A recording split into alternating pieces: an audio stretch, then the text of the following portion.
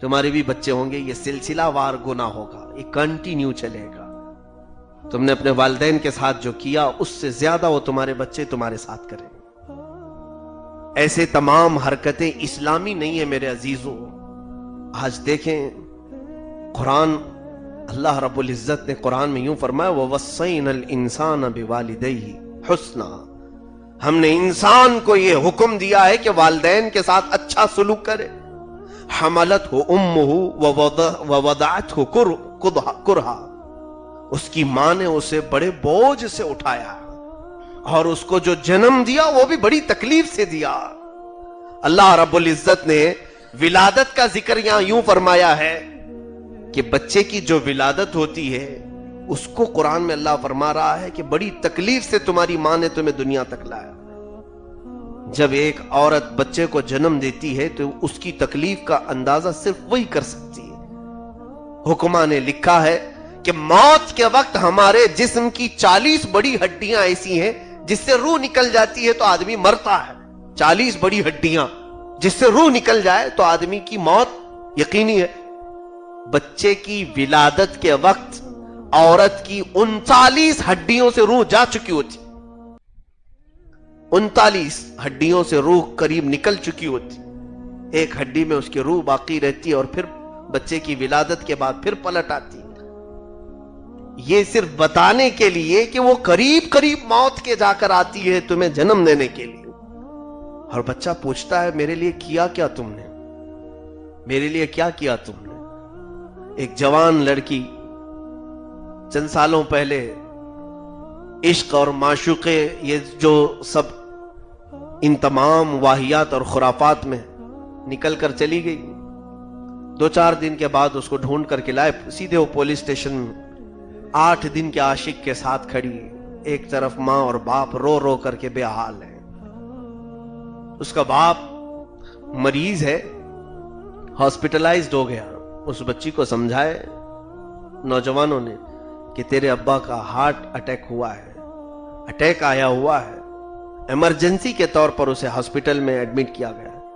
وہ سیدھے کہتی ہے میرا باپ ناٹک کرتا ہے، ایسے بہت مرتبہ کرتا ہے۔ چند دن 2-3 دن کے بعد پھر اس کو سمجھانے کی کوشش کی۔ بچی کہتی ہے، اس سے ایک سوال کیا، کہتا آخر کیا ہے اس سے کتنے دن سے تو چاہتی ہو؟ 6 مہینے ہو گئے، شادی کرنا ہے ٹھیک ہے، عزت کے ساتھ شادی کر کے جاؤ، اپنے والدین کو بتاؤ کہ میں اس سے پسند کرتی ہوں، میرا نکاح اس کے ساتھ کریں۔ یہ دشمنی کے ساتھ، یعنی اس طور پر کہ اپنے ماں باپ کو شیطان بنا دینا، ان کو اپنا اگینسٹ سمجھ کر کے بھاگنا، یہ کون سی حرکت ہے؟ وہ یہ کہتی ہے کہ یہ مجھے 5000 کا جوڑا دلایا اور میرے باپ نے کبھی نہیں دلایا۔ 18 سال کی لڑکی ہے، 6 مہینے میں تجھے 5000 کا جوڑا دلایا، ہو سکتا ہے اور بھی بہت دلائے۔ میرے عزیز، جو تجھے باپ نے دلایا وہ پوری دنیا مل کے نہیں دلا سکتی۔ باپ کی محنت کے پسینے کے ایک بوند کی قیمت پوری زندگی تم نہیں ادا کر سکو گے، پوری زندگی تمہاری بیت جائے۔ تمہیں پتا ہے والدین جو اپنے بچے کے لیے کرتے ہیں، کبھی آپ نے محسوس نہیں کیا ہوگا، ماں ہمیشہ روٹیاں پکاتے پکاتے اپنے ہاتھوں کو داغ لیتی ہے۔ اکثر عورتوں کے ہاتھ جلے ہوئے دیکھے، روٹیاں تمہیں نرم کھلانے اور گرم گرم اتار کے دینے کے لیے ہمیشہ توا اس کے ہاتھ پہ لگ جاتا ہے اور وہ گرم روٹی لا کر تمہیں پروستی ہے۔ چند دنوں کے بعد جب اس کا بڑھاپا آ جائے، تم اپنی نوی نویلی دلہن کو لے کر کہتے ہو ماں تنگ کر چکی ہے ہمیں، ماں ہمارے لیے بوجھ ہو چکی ہے۔ یہ بھی معاملات میں نے دیکھے۔ ایک مسجد میں میں تراویح پڑھانے کے لیے تھا، ایک بوڑھی عورت ہے 70 سال کے قریب، پیٹ جھکی ہوئی ہے، وہ آئی جماعت مسجدوں میں ہمارے ہاں فیصلے ہوتے ہیں، میرے پاس اس نے لیٹر بھجوایا کہ مولانا میرے 2 بیٹے ہیں، ایک کھیتی باڑی کرتا ہے اور ایک نوکری کرتا ہے، دونوں میں کوئی مجھے اپنے گھر پہ رکھنے کو تیار نہیں، آپ ان دونوں میں سے کسی ایک کو کہہ دیں کہ میرے بڑھاپے کو سنبھال لیں، میں ان کے بچوں کو چھیڑ چھاڑ کچھ نہیں کروں گی۔ ماں کی یہ چیز دیکھ کر بہت رونا آیا تھا۔ اس کے بعد جب وہ دونوں ناہنجار قسم کے حیوانوں کو بلایا گیا، دونوں کو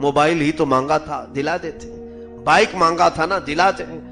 ایسے اپنے ماں باپ کو دھمکا دھمکا کر کے ہر چیز کو حاصل کر لیا بیٹے نے, ہر چیز حاصل کر لیا. اور جب تمہارے پاس ساری خواہشیں تمہاری جمع ہو گئی, ان بوڑھوں کو تمہیں دیکھنے تک کی تو نوبت نہیں آتی. تمہیں معلوم نہیں کتنی جگہوں سے وہ قرضے لے کر کے تمہاری خواہشات پوری کرتے ہیں, کتنی جگہ سے وہ ادھار لے کر کے تمہارے پیٹ کو بھرتے ہیں. میں ان بچیوں سے بھی کہوں گا, کیا تمہارے ماں باپ تمہیں سجنے سنورنے کا سارا سامان نہیں لا کر کے دیتے؟ بچیوں کے لیے وہ اس طرح سے اپنے باہیں پھیلاتے ہیں. میرے عزیزو, اللہ تعالیٰ نے ہر ماں کی ممتا میں یہ اپنے بچوں کی فکر ڈالی ہے. ماں تمہارے بخار سے بے چین ہوتی ہے, تمہارے سردیوں سے بے چین ہوتی ہے. کیا وہ پوری رات نہیں جاگتی جب ہم بیمار ہوتے ہیں؟ کیا وہ کچی پٹیاں لگا لگا کر کے ہمیں نہیں سلاتی؟ ساری دنیا تمہیں چھوڑ دے گی لیکن تمہاری ماں تم سے دور نہیں جاتی. عزیزان گرامی, میں نے دیکھا ہے, ایک بار ہم چاول تقسیم کرنے کے لیے ایک چھوٹے سے گاؤں میں گئے تھے. ایک عورت غریب تھی لیکن وہ چاول لینے نہیں آئی تھی. اس نے کسی کو پیغام بھجوایا کہ میں بھی غریب ہوں, میرے گھر تک بھی چاول پہنچایا جائے اور ان سے مفتی صاحب سے کہیں کہ میرے گھر تھوڑا سا آ کر دیکھ لیں, آ کر کے جائیں. کسی نے آ کر کے کہا تو میں گیا, جا کر کے دیکھا تو یہ عورت آئی کیوں نہیں. دیکھا اس کا ایک بچہ پولیو کی شکار ہے, 24 سال کا, اسے گود میں لے کر بیٹھی ہے. اس کے منہ سے رال ٹپکتی ہے اور یہ بار بار کپڑے سے پوچھتی ہے, اور وہ اسی طرح سے جہاں سویا ہے وہیں اس کی استنجا پاخانے سب ہو رہے ہیں. وہ عورت ذرا برابر بھی عیب نہیں سمجھتی اس کی غلاظتوں کو صاف کرنے کے لیے, بغیر کسی دقت کے اس کی تمام چیزیں صاف کر دی. تم بیماروں کے سامنے 2 منٹ بیٹھ نہیں پاؤ گے, وہ ماں پوری کی پوری گندگیاں دیکھ کر صاف بھی کرتی اپنے ہاتھ سے, کھلاتی بھی. کہا میں چاول لینے صرف اس لیے نہیں آئی کہ میں تھوڑی دیر گھر سے باہر جاتی ہوں تو یہ میرا لاڈلا روتا ہے, اس کے لیے بھی وہ پیار جتاتی ہے. جس کے دونوں ہاتھ مڑے ہوئے ہیں, جس دونوں پیر مڑے ہوئے ہیں, اس گھر سے بھی ہم روتے ہوئے باہر آئے تھے. اے رب ذوالجلال, وہ بچوں کو واپس ان کی ماؤں کی آنچل میں جمع کر دے جو آج بگڑ چکے. میرے عزیزو, اللہ کے نبی صلی اللہ تعالی علیہ وسلم کی بارگاہ میں ایک صحابی کی ایک خبر یہ لائی گئی کہ یا رسول اللہ, آپ کے پیچھے نماز پڑھتے تھے علقمہ, ان کی آخری سانسیں چل رہی ہیں, آپ کو یاد کیا جا رہا ہے. حضور پاک صلی اللہ علیہ وسلم حضرت علقمہ کے گھر گئے, دیکھا چارپائی پر سوئے, ہچکیاں آ رہی. نزا کا وقت ہے, سکرات کا. تم سب کا بھی وقت آئے گا یہ سکرات کا, یاد رکھنا. حضور پاک صلی اللہ علیہ وسلم قریب گئے, کہا علقمہ پڑھو لا الہ الا اللہ محمد رسول اللہ. ان کی زبان پر کلمہ طیبہ نہیں آ رہا تھا, نہیں پڑھ پائے, زبان ہچکچانے لگی. اللہ کے نبی غیب داں رسول ہیں, وہ جانتے ہیں. پوچھا گھر میں کون کون ہے؟ کہا بس ان کی بیوی ہے اور ایک بوڑھی ماں ہے. کہا ماں کو بلاؤ. ماں وہ بھی صحابیہ تھی. بلایا. حضور پاک صلی اللہ علیہ وسلم نے پوچھا علقمہ کے بارے میں کیا کہتی ہو؟ کہا یا رسول اللہ بہت اچھا میرا بیٹا ہے, آپ کے پیچھے نمازیں پڑھتا ہے, اس کے اخلاق بہت اچھے ہیں. وہ صحابیہ ہے. حضور پاک صلی اللہ علیہ وسلم نے پوچھا کہ خاتون کیا تو اپنے بیٹے سے راضی ہے؟ یہ اچھا تو ہے, تو بھی راضی ہے اس سے؟ اس خاتون نے کہا یا رسول اللہ میں اس سے راضی نہیں ہوں, میں اس سے راضی نہیں ہوں. کیا وجہ ہے؟ وہ عورت پھوٹ کر کے رونے لگی. کہا میرا اکلوتا ہے میرے آقا, اکلوتا, بڑے نازوں سے اسے میں نے بڑا کیا تھا, بہت ناز و نعم سے پالا, لیکن جب اس کی شادی ہو گئی, اس کی بیوی آئی, تو اس کی بیوی کی بات کو میری بات پر بڑھاوا دیتا تھا, مجھے نگلیکٹ کر دیتا.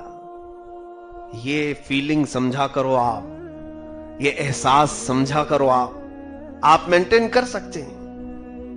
وہ خاتون صحابیہ کہنے لگی کہ یہ میری بات پر اپنی بیوی کی بات کو ترجیح دیتا تھا بس. کہا یا رسول اللہ دل دکھتا ہے, میرا لال کوئی اور لے لیا, میرا شہزادہ کسی اور کی نظر ہو گیا. آج ایک بات اور بھی میں بتا دوں، ساس اور بہو کی لڑائی کیوں ہوتی ہے، اس کی وجہ جانتے ہیں آپ؟ فطرت ہے، یہ آدمی کی فطرت ہے۔ مثال کے طور پر یہ تسبیح میری ہے، آج یہ ہاتھ میں ہے، میں بہت چاہتا ہوں اچانک میرے ہی سامنے کوئی دوسرا اسے استعمال کرنے لگ جائے تو انسانی فطرت کا تقاضا ہے، بار بار میں دیکھوں گا، ارے یہ تو میری ہی پاس رہتی تھی، دیکھو اب اس کے ہاتھ میں ہے، اس کے پاس ہے۔ ماں تم سے بے انتہا محبت کرتی ہے، وہی ڈھونڈ کر کے بہو لاتی ہے، شادی بھی وہی کرتی ہے، سب کرنے کے بعد لیکن جب بیٹا اور بہو کو دیکھتی ہے تو اسے ایسا لگتا ہے کہ میری محبت اب آدھی ہو گئی، آدھا یہ استعمال کر رہی ہے۔ یہ انسانی فطرت کا تقاضا ہے، انسانی فطرت ہے۔ تو اس چیز کو آپ سمجھدار ہیں تو مینٹین کر سکتے ہیں۔ میں بات کر رہا ہوں اس صحابی کا اور اس صحابیہ کا۔ حضور پاک صلی اللہ علیہ وسلم نے فرمایا تو ٹھیک ہے جو ہوا، اب اسے چاہو تو تم معاف کر دو، معاف کر دو۔ اس صحابیہ نے کیا پوچھا سنیے توجہ سے، پوچھتی یا رسول اللہ صلی اللہ علیہ وسلم یہ آپ کا حکم ہے یا مشورہ ہے؟ یہ آپ کا حکم ہے یا مشورہ؟ حکم ہے تو پھر ٹال ہی نہیں سکتے نا، نبی کا حکم ہے۔ حضور نے فرمایا میرا حکم نہیں ہے، مشورہ دے رہا ہوں، چاہو تو معاف کرو نہیں تو چھوڑ دو۔ اس صحابیہ نے کہا دل نہیں چاہتا معاف کرنے کا، دل نہیں چاہتا۔ حضور پاک صلی اللہ علیہ وسلم نے ایک ہی بار فرمایا بس۔ صحابہ سے کہا لکڑیاں جمع کرو اور آگ لگاؤ۔ ان کے صحن میں لکڑیاں جمع کی گئیں اور آگ لگائی گئی، آگ بہت بھڑکی۔ ماں نے پوچھا کہ یا رسول اللہ صلی اللہ علیہ وسلم یہ کیا کیا جا رہا ہے؟ کہا تیرے بیٹے کی چارپائی اٹھائی جائے گی، آگ میں ڈال دیا جائے گا، جلا دیا جائے گا۔ کہا میرے سامنے آگ میں ڈالا جائے گا؟ کہا ہاں، قیامت کے دن اس آگ میں جلنے سے یہاں جل جائے، وہاں بھی جائے گا۔ وہ خاتون کہتی یا رسول اللہ صلی اللہ علیہ وسلم کیا دنیا میں کوئی ماں ایسی ہے جو اپنے بچے کے جسم پر آگ کی چنگاری دیکھنا پسند کرتی ہوں؟ حضور پاک نے فرمایا جب تو نہیں پسند کرتی تو اسے معاف کر دے۔ وہ دل کھول کر کہنے لگی یا رسول اللہ میں راضی ہوں میرے علقمہ سے، میں راضی ہوں میرے علقمہ سے، اسے میرے سامنے نہ جلائیں، وہ جیسا بھی تھا میں راضی ہو گئی ہوں۔ ادھر یہ ماں پکار رہی ہے، ادھر بستر پر سوئے ہوئے حضرت علقمہ کی زبان پر لا الہ الا اللہ جاری ہے، اور اس کے بعد ان کی روح قفس انصری سے پرواز کر گئی، انتقال ہو گیا۔ صحابی کی بات میں کہہ رہا ہوں، ہمارا اور تمہارا شمار کس مقام میں ہوگا؟ والدین کے ساتھ جھڑک کر کے بات کرنا، ان کو پلٹوار کرنا۔ ایسے بھی ہم نے معاملات دیکھے، ماں باپ الگ ہیں، کورٹ میں بیٹا الگ ہے، بیٹیاں الگ ہیں، ایک مقدمہ لڑا جا رہا ہے باپ اور ماں کے خلاف، بچے الگ ماں باپ الگ۔ کون سی دنیا میں جی رہے ہو آپ؟ ان تمام معاملات میں سمجھتا ہوں مسلمان تو اس حالت میں ہونا ہی نہیں چاہیے، ہونا ہی نہیں چاہیے۔ ایک اور بات میں بتا دوں، ایک صحابی رسول باپ اور بیٹے میں تکرار ہوئی، یہاں ادب کیا ہے میں آپ کو بتاؤں۔ باپ اور بیٹے میں تکرار ہوئی، کیا کس بات پر؟ جو بیٹا کماتا تھا، وہ بھی صحابی ہیں، وہ بھی صحابی ہیں، کماتے تھے تو ان کے باپ جو ہے اس میں سے مال لے لیتے تھے کہ تو جو کما رہا ہے یہ مجھے بھی دے۔ اس بات پر دونوں میں تکرار ہوتی تھی اور یہ دونوں چل پڑے۔ بیٹے نے کہا یہ فیصلہ میں رسول اللہ کے پاس لے کے جاؤں گا، آپ جو میرے ساتھ کر رہے ہو میں حضور کے پاس یہ فیصلہ کراؤں گا۔ تو باپ کو یہ احساس ہوا کہ آج بیٹا مجھے مقدمے میں لے کے جا رہا ہے، چلو ٹھیک حضور کے پاس فیصلے کے۔ چلتے چلتے راستے میں اس صحابی کے زبان سے اشعار نکلنے لگے، عربی لوگ تھے اور فی البدی شعر بھی بولتے تھے۔ وہ اپنے بچے کی محبت میں اس کی پوری زندگی بتانے لگے۔ وہ جو صحابی تھے، باپ تھے، کہا اے بیٹے تجھے پتا ہے جب تو گود میں تھا تو میں تجھے تھپکیاں دیتے دیتے آدھی رات نکال دیتا تھا، صبح آدھی نیند کے ساتھ پھر کام پہ چلا جاتا تھا، میں اپنی اونگ اپنی نیند سب تیری نیند پر وار دیا تھا، اور جب تو بیمار ہوتا تھا مجھے ایسا لگتا کہ میرا ٹکڑا بیمار ہے، میرا جسم بے چین ہوتا تھا، میں اپنے پھٹے جبے سے چھاؤں کر کے تجھے دھوپ سے بچاتا تھا، میں اگر کھانے پینے کی چیز میرے پاس آ جائے تو پہلے اس میں سے تجھے کھلاتا تھا، اور تجھ سے بچ جائے تو میں کھا لیتا تھا. یہ تمام چیزیں وہ عربی میں بولتے جا رہے تھے. ادھر رسول کریم صلی اللہ علیہ وسلم تک پہنچے باپ اور بیٹا. اللہ کے نبی صلی اللہ تعالی علیہ وسلم کے پاس جبرائیل امین آئے. عرض کیا آقا یہ باپ اور بیٹے کا فیصلہ بعد میں سنائیں. رب تبارک و تعالیٰ یہ چاہتا ہے کہ پہلے اس کے باپ نے جو اشعار کہے وہ سن لیں آپ. راستے میں جو بولتا آ رہا تھا باپ وہ سن لیں آپ. جبرائیل نے آ کر حضور سے عرض کیا.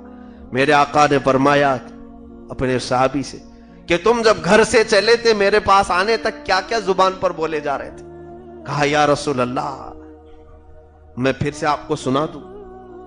حضور کو اس چیز کی خبر کر دی گئی. وہ باپ سنانا شروع کرتے ہیں. میرے آقا صلی اللہ علیہ وسلم تو یتیم پیدا ہوئے تھے. اللہ کے نبی اس کونین کے آقا یتیم پیدا ہوئے تھے. جیسے ہی وہ باپ سنانے لگا کہ تو چھوٹا تھا میری گودی میں کھیلتا تھا, میں تجھے دھوپ سے چھاؤں کرتا تھا, تجھے ٹھنڈیوں سے بچاتا تھا. حضور پاک صلی اللہ علیہ وسلم کے رخسار پر اتنے آنسو گرنے لگے, بے تحاشا حضور پاک کی آنکھیں بہنے لگی. ان کے اشعار مکمل ہونے نہ پائے تھے کہ اس بیٹے صحابی کو حضور نے فرمایا انت و مالک لابیک, انت و مالک لابیک, انت و مالک لابیک. تو اور تیرا مال سب تیرے باپ کا ہے, تو اور تیرا مال سب تیرے باپ کا ہے, تو اور تیرا مال سب تیرے باپ کا ہے. باپ جب تک ہے بیٹے کا سب کچھ باپ کا ہے. حضور پاک صلی اللہ علیہ وسلم نے یہ فیصلہ کر کے انہیں بھیج دیا. کبھی باپ کو یہ نہ کہنا کہ میرے مال میں سے یہ مت نکالو, میرے مال میں سے یہ نہ نکالو, جو کچھ بھی ہے تو سب تیرے باپ کا ہے. آج یہ کھٹائیاں ہم دیکھ رہے ہیں اور وہ لوگ ٹوپیاں پہن کر, جبے پہن کر اور اپنا ظاہر بہت کچھ سوار کر کے آئے ہوئے ہیں, جن کے والدین بھیک مانگ رہے ہیں, جن کے والدین خیرات پر پل رہے ہیں. ایسے بہتوں کو ہم نے دیکھا ہے. کچھ تو ایسے ہیں جو اپنے والدین کو اولڈ ایج ہاؤس میں چھوڑ آنے کو پسند کر رہے ہیں. یہ بھی ایک بلا ہے. آج دیکھ رہے ہیں مغربی کلچر, ویسٹرن کلچر. آج ہم ایسے بوڑھے ہاؤس, یہ جو اولڈ ہاؤس ہیں اس میں بھی جا کے آیا ہوں میں, کئی اولڈ ہاؤس ہمارے شہر میں. ہر میلاد کے وقت کچھ فروٹ وغیرہ لے کر کے ان کو دینے کے لیے جاتے تھے. عیسائیوں کے بنائے ہوئے یہ اولڈ ایج ہاؤس ہوتے کیا ہیں, ماں باپ جب بوڑھے ہو جائیں تو گھر میں نہ رکھو. عرب میں بھی میں نے دیکھا ہے, مصر میں بھی کئی جگہوں پر اب ایک ایسا سینٹر بنایا جاتا ہے جہاں پر آپ اپنے ماں باپ کو لا کر چھوڑ کر کے جاؤ, گورنمنٹ سنبھالے گی. ان کے کھانے پینے کا سب گورنمنٹ سنبھالے گی, یا کوئی خیراتی کمیٹی جو ہوتی ہے, جو زکوٰۃ پر چلنے والی کمیٹی, وہ تمہارے ماں باپ کو سنبھالے گی. اکثر نوکری والے, نوکری پیشہ لوگ اپنے ماں باپ کو اولڈ ایج ہاؤس میں چھوڑا رہے ہیں. یہ غیروں میں تھا جو ان کے ہاں دھرم شالاؤں میں چھوڑاتے تھے, یا پھر کہیں ایسے جو ان کے نظر میں مقدس ہے وہاں چھوڑاتے تھے. مسلمان یہ کرنے لگے. ایک بار ایسا ہوا کہ فروٹ لے کر کے میں پہنچا ہوں, میلاد کا دن ہے, میرے آقا صلی اللہ علیہ وسلم. ایک بوڑھی عورت بیڈ پر پڑی تھی, اس کے پورے بال کاٹے ہوئے ہیں, جیسے لڑکے کے بال ہوتے ہیں ایسے لڑکے کے بال ہیں. عورتوں کے بال تو لمبے ہوتے ہیں, چوٹی وغیرہ, اس کے چھوٹے چھوٹے سے بال کیے گئے تھے. اور جیسے ہاسپٹل میں مریضوں کو کپڑے پہناتے ہیں, اودے قسم کا ایک کپڑا پہنی تھی, اور کپڑا پہن کر کے وہ بیٹھی ہوئی. وہاں کوئی پتہ نہیں چلتا تھا کہ کون ہندو ہے, کون مسلم ہے, کون کرسچن ہے, کچھ نہیں. ہاں وہ خیراتی جو کمیٹی ہے وہ کرسچنوں کی ہے, جو بوڑھوں کو لے کر پال رہی ہے, جن کے بچوں نے ماں باپ کو چھوڑ دیا ان کو لا کر کے وہ پال رہے ہیں. ہم تو صرف ایک ہی دن کے لیے گئے تھے, وہ لوگ تو روز دیکھتے ہیں. ایک عورت کے پاس پہنچے, پتہ یہ چلا کہ وہ مسلمان عورت ہے. مسلمان عورت تھی اپنے بیڈ پر, اور وہ اٹھ کر کے آئی. ہمارا جو گیٹ اپ ہوتا ہے, لباس وغیرہ دیکھ کر کے مسلمان سے مانوس ہوتا ہے. وہ اٹھ کر کے آئی. مجھے وہ لمحے اب بھی یاد آتے ہیں. وہ بار بار جھک کر کے میرے پیروں کے پاس جاتی تھی اور کہتی تھی کہ مجھے یہ سیب اور یہ آم کی ضرورت نہیں, ایک بار تم جس طرح سے آئے ہو کاش میرا بیٹا بھی آ جاتا. کئی دن ہو گئے اس میں, ایک بار میرا بیٹا اسی طرح سے آ جائے. جلدی جلدی سے اس نے پتہ لکھوایا کہ میرا بیٹا یہاں رہتا ہے۔ حیرت کی بات ہے، والدین تمہارے لیے بوجھ ہو گئے۔ اولڈ ایج ہاؤس یہ ہے کون سی بلا؟ یہ مغربی کلچر تم کہاں اپنے ہاں لے آئے؟ عزیزان گرامی، تمہیں معلوم ہے میرے آقا نے فرمایا الجنت تحت اقدام الامہات، ماؤں کے قدموں کے نیچے رب نے جنت رکھی ہے۔ تمہاری دعائیں نہیں قبول ہوتی تو اپنی ماں کے قدم پکڑو اور مانگو رب سے، دیکھو پھر رب تبارک و تعالیٰ اپنی رحمت کے کتنے دروازے تم پر کھولتا ہے۔ وہ چاہے جیسی بھی ہو تمہارے لیے ماں ہے۔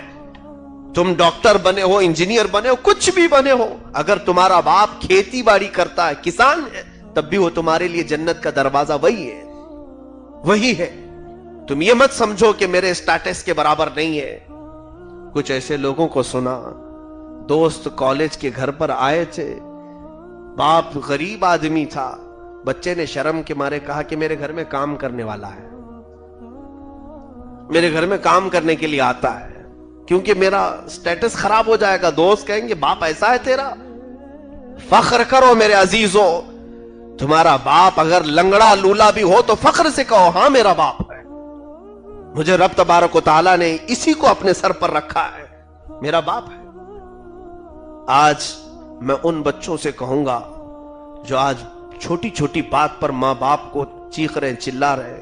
ہمارے پاک سائٹ کی کئی شکایتیں ہیں، ماں اور باپ کے کئی ایسے فون آتے ہیں یا پھر شکایتیں کہ کسی بچے نے چپل اٹھائی اور اپنے ماں کے چہرے پر مارا، صرف اس بنیاد پر کہ ماں اسے انٹرنیٹ نہیں دلا رہی تھی، انٹرنیٹ کا پیک نہیں ڈلوا رہی تھی، بچے نے چپل اٹھا کر ماں کے چہرے پر مارا۔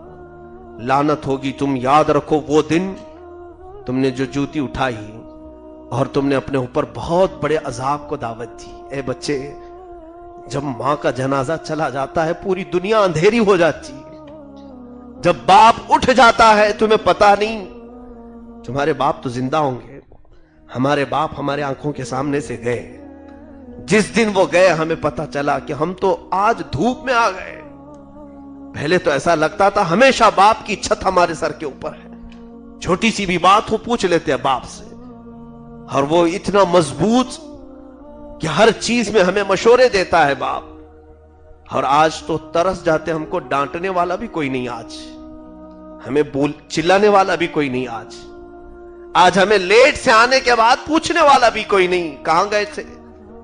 تم ایسی آزادی چاہتے ہو، بعد میں ترس جاؤ گے ان ماں باپ کی باتیں سننے کے لیے، تم بعد میں طلب کرو گے کاش میری ماں قبر سے ایک بار اٹھے اور مجھے چلائے ایک بار، وہ ڈانٹے مجھے ایک بار اور مجھے پوچھے رات کہاں تھا۔ دنیا میں کوئی نہیں پوچھے گا تمہیں، کوئی نہیں پوچھے گا، تم رات بھر نشے میں گزارو، کسی کو کیا فکر ہے، لوگ تبلے بجائیں گے، اچھا ہے کہ بگڑ گیا، دیکھو گٹر میں چلا گیا۔ وہ ایک ہے جو ماں جو درد کے مارے تڑپتی ہے، جو بار بار تم سے پوچھتی ہے۔ تم کیا سمجھتے ہو تمہاری خوشیوں میں یہ آڑے بن جاتی ہے، رکاوٹ بنتی ہے؟ نہیں، تمہارا درد وہ رکھتی ہے اپنے اندر کہ تم پوری رات اس طرح سے کہاں چلے جاتے ہو، نیند کو ایسے ختم نہ کرو۔ میں سمجھتا ہوں کہ یہ ہماری فیلنگ ہمارے ماں باپ سے زیادہ کسی کے پاس نہیں ہوتی، کسی کے پاس نہیں ہوتی، چاہے وہ بیویاں ہوں، چاہے وہ اور بچیوں کے شوہر ہوں، چاہے باقی کی پوری دنیا دوست ہو۔ تمہارے بیماریوں میں بھی دیکھ لینا، اگر بستر پر پڑ جاؤ گے، اللہ نہ کرے کسی کو کوما کی شکایت ہو گئی تو قریب سے قریب جگری دوست مہینہ دو مہینہ سال تک تمہاری عیادت کر سکتا ہے، اس کے بعد نہیں۔ جب سب دنیا چھوڑ جاتی ہے نا، کوما والے ایسے لوگوں کو میں نے دیکھا ہے ایک ہاسپٹل میں، ممبئی کے ہاسپٹل میں دیکھا، علاج کی غرض سے جانا آنا ہوتا تھا، تقریباً 9 سال سے ایک بندہ کوما میں ہے، اور اس کا جو فیملی بیک گراؤنڈ تھا، سٹیٹس تھا، بہت ہائی فائی آدمی تھا، ایک دن بھی کسی کو وہاں آتے ہوئے نہیں دیکھا، لیکن اس کے بستر کے کونے پر اس کی ماں کو بیٹھے ہوئے روزانہ دیکھتا تھا، وہ آنکھ تک نہیں ہلاتا، ہاتھ تک نہیں ہلاتا، کوما میں پڑا ہوا ایسی کا ایسا پڑا ہے، اور 9 سال گزر گئے، وہ ماں صرف اس کی آنکھوں کے پھڑکنے کا انتظار کر رہی، وہ اس کی زبان کے ہلنے کا انتظار کرتی ہے۔ کس کے اندر یہ تمام چیزیں؟ اللہ رب العزت نے اس کے سینے میں جو ممتا رکھی ہے اس کا تم اس طرح سے بے جا استعمال نہ کرو۔ آج جس کے والدین زندہ ہیں ان کے قدم چوم لو، ان کو منا لو۔ آج کی رات بہت بڑی رات، لیکن جس نے اپنے والدین کے ساتھ بدتمیزی کی وہ مانگے گا کس منہ سے مانگے گا؟ آج اس کے منہ پر الٹا مار دیا جائے گا، فرشتے لعنتوں کی پھٹکار واپس برسائیں گے۔ تو رب سے مانگنے آیا ہے آج شب برات میں؟ تیری ماں تو تیرے بارے میں وہاں اندر گھر میں کیا کیا کہہ رہی ہے؟ تو اپنے باپ کو روٹھا ہوا چھوڑ کر مسجد میں آیا ہے، تو اپنی ماں کو رلا کر کے مسجد میں آیا ہے۔ میں ان سب سے گزارش کروں گا اپنے والدین کو محبت کے ساتھ پیار سے سمجھا لو۔ ارے یہ ہے بھی اتنے جذباتی، اتنے جذباتی، ہزار روٹ جاؤ تم ان سے، ہزار روٹ جاؤ، 10 سال کے بعد بھی ایک بار بھی اگر تم مسکرا کر کے قریب آ گئے پھٹ جاتے، پھیل جاتے اور گلے لگ جاتے ہیں۔ ان کے اندر وہ چیز اللہ تعالیٰ نے غیب سے رکھی ہے۔ ڈھیٹ تو ہم بنتے ہیں، ڈھیٹ تو یہ بچے بنتے ہیں، وہ ہر پل تمہارا واپس پلٹنے کا انتظار کرتے ہیں۔ جن والدین کی آج گھر سونے ہیں ان کے بچوں کی وجہ سے، میں دعا کرتا ہوں مولا ان بچوں کو واپس ان کے آنچلوں میں پہنچا دے۔ ان والدین کے قدموں میں مولا ان بچوں کو پھر سے واپس ڈال دے جو دوستوں کی نظر ہو گئے۔ آج آؤ، یہی 4 چیزوں کی طرف مجھے میسج دینا تھا۔ آج مشرک کی آج کوئی دعا قبول نہیں، چغل خور کی کوئی دعا قبول نہیں، اسی طرح رشتوں کو ختم کرنے والے کی کوئی دعا قبول نہیں، اسی طرح سے والدین کا آنکھ نافرمان کی دعا آج قبول نہیں۔ اگر کوئی ہے تو سچے دل سے توبہ کرے پھر مانگے۔ اللہ آج مغفرت کے دروازے کھلے خود رکھا ہے، خود فرماتا ہے آسمان اول پر مولا نزول کرتا ہے، آسمان اول پر، اور فجر کے طلوع ہونے تک صدا خود رب تعالیٰ دیتا ہے، اے میرے بندوں میں سے کوئی ہے ایسا جو مجھ سے بخشش پوچھے میں آج اسے بخش دوں گا، کوئی مجھ سے مغفرت پوچھے میں اسے بخش دوں گا۔ وہ خود رب تبارک و تعالیٰ خود تم سے اعلان فرما رہا ہے۔ تو یہاں پر تو آج ہمارے مانگنے کی رات ہے، لیکن یہ چیزیں ہم میں سے ہٹ جائیں۔ اللہ رب العزت کی بارگاہ میں دعا ہے مولا کہنے سننے سے زیادہ عمل کی توفیق عطا فرما۔ جن کے والدین با حیات ہیں مولا انہیں راضی کرنے کی توفیق عطا فرما۔ ہمارے والدین کے سائے دراز فرما، جن کے دنیا سے جا چکے والدین ان کی قبروں پر رحمتوں انوار کی بارشیں فرما۔ مولا ان کو قبروں میں ہمارے اعمال سے سکون پہنچا دے، ہمارے اعمال صالحہ سے انہیں روشنی پہنچا دے۔ کریم خدا آج کی رات ہم سب کی عبادتوں کو شرف قبولیت عطا فرما، ان عبادتوں کو ہماری نجات کا ذریعہ اور جنت پہ جانے کا ذریعہ بنا دے۔ وصلی اللہ تعالی علی خیر خلقی محمد وآلہ وصحبہ اجمعین، وآخر دعوانا الحمد للہ رب العالمین۔